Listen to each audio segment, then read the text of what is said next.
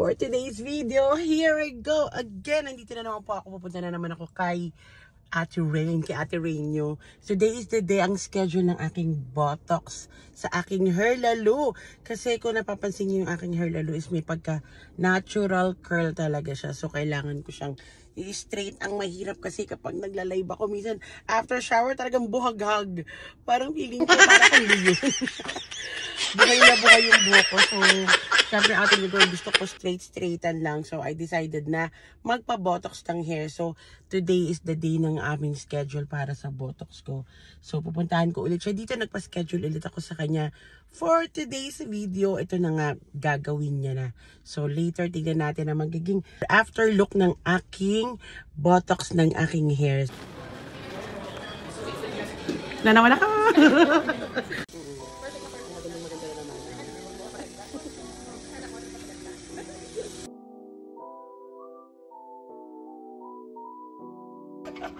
Uy, biglaan kayo ako, girl. Oh my God. Oh, kitab na. Yeah. This is it. Fancy.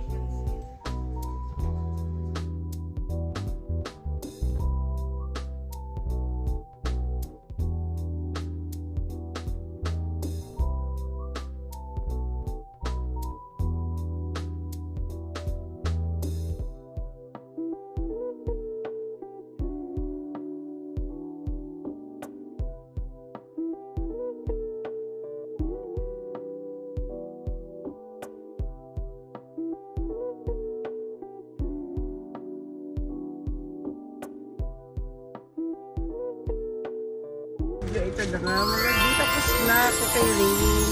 Nagawa na niya ang hair lalo ko. Grabe, ang dilim. Ayan. Ang dilim ng ating ano. Yun, diba? Super happy kasi finally na-botox na yung hair ng ating yung girl. Thank you, Rain. Diyos ko guys, sa mga gustong magpa-schedule ng botox, you have to call her at least 1 week ahead or 2 weeks pa sa sobrang daming schedule ng ating yung girl. Ang dami niyang kliyente. Kanina lang, Diyos ko, 3 kaming ginagawa niya. Promise. Ang bilis lang ng application. Ang matagal sa botox ay yung stay ng gamot sa buhok. So, mga 3 hours or 2 hours ata ako doon. 3 hours ako in total. Plus yung 2 hours parang almost 1 hour. More than 1 hour namin in-stay yung gamot sa. And then plus yung paplansyahin niya pa ng mano-mano. Ayun lang. So, sinamahan ko muna si Daddy. Pagkatapos ko, bumili kami ng shoes niya dito sa no. Saan nga to, Dan? Merrell ba yan? Anong company yan? Diba? Sana all libre ang sapatos. Nananawagan po ako sa Wolf and Saskia. May palibre. Ganun pala pag mga warehouse. So, taon-taon pwede silang mamili ng sapatos. Kaya sabi ko, ay, amazing! Ganun ka pala pagka warehouse kasi sobrang bigat ang trabaho rin nila, diba? So, may pasapatos si Mayor, warehouse. So, taon-taon pwede sila mag-claim. They have their certification to get their shoes kung saan nila gustong bumili. O, diba? Na-i-check ako lang. Kaya isa dito parang Pasko. May bagong shoes ang bata. Wow! Ako namili this time. Sabi ko, bago ka naman kasi laging yung sapatos niya yung parang mga, anong tawag na doon na? Slip-on. Kaya sabi ko, tsaka puro black. Kinuha ko brown. Tapos sabi ko, bumili ka na rin ng medyas. O, diba? Magkano lang yung in-spend niya. So, sa 200 worth, ang maliles niya, 75%. Sana all. May malaking kumpanya. Pero sobrang thank you kay Rain. Ang ganda ng aking hair. Lalo, walk up like this na tayo. So, pagka mga may botox or treatment yung hair nyo, guys, ayan nga. No need na magplancha-plancha. Pero, pwede pa rin naman. Kung gusto mo ng talagang todo-todo, diba? Pero, ako, okay na yung ganitong itsura ng hair ko. Kasi nga, pakihatak na, Dad. Bilang curly yung hair ko, natural curl ang hair. Natural curl.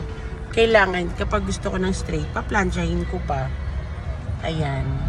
O, di ba parang Shira, bumili ako ng ng Dyson na pang curl, pero pinapa-straight ang buhok. Pero yun naman, occasionally, at least kapag gusto ko ng curl ang atake ko, pupunta ako ng handaan, nakakulot. Pupunta ako ng event, gusto ko ng curl, may paki-curl ko siya. Pero mas mahirap yung everyday, hindi curl yung hindi straight yung buhok.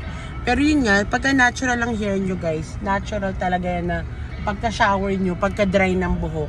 Di ba nag-static siya sa sobrang straight? Pagka-gising ko, pagka-ligo ko, yung hair ko talagang curly siya.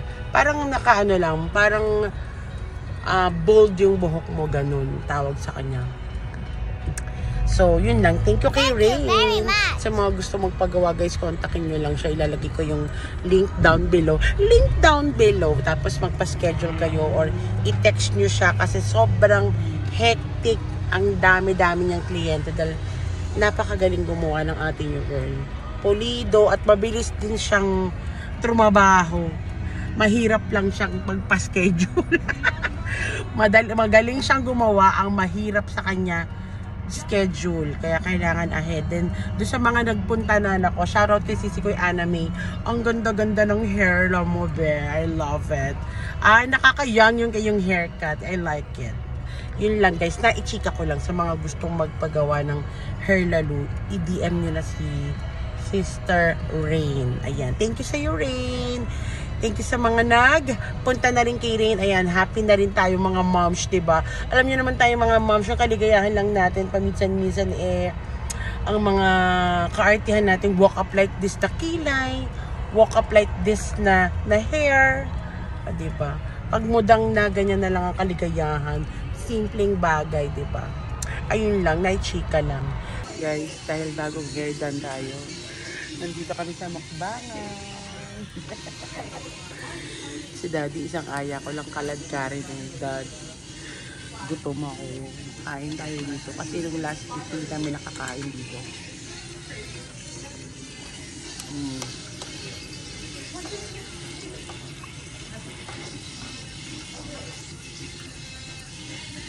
This is our favorite buffet na Korean in Sadong.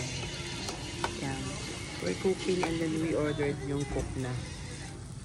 Ito yung favorite ko dito, yung kanilang takoyaki. Sabi ko nga, Diyos ko, kagagawa lang ng buhok ng ating yung mauusokan. Eh, hindi pa naman to pwedeng i-shower. So, ayun lang. Kain lang kami guys and thank you for watching.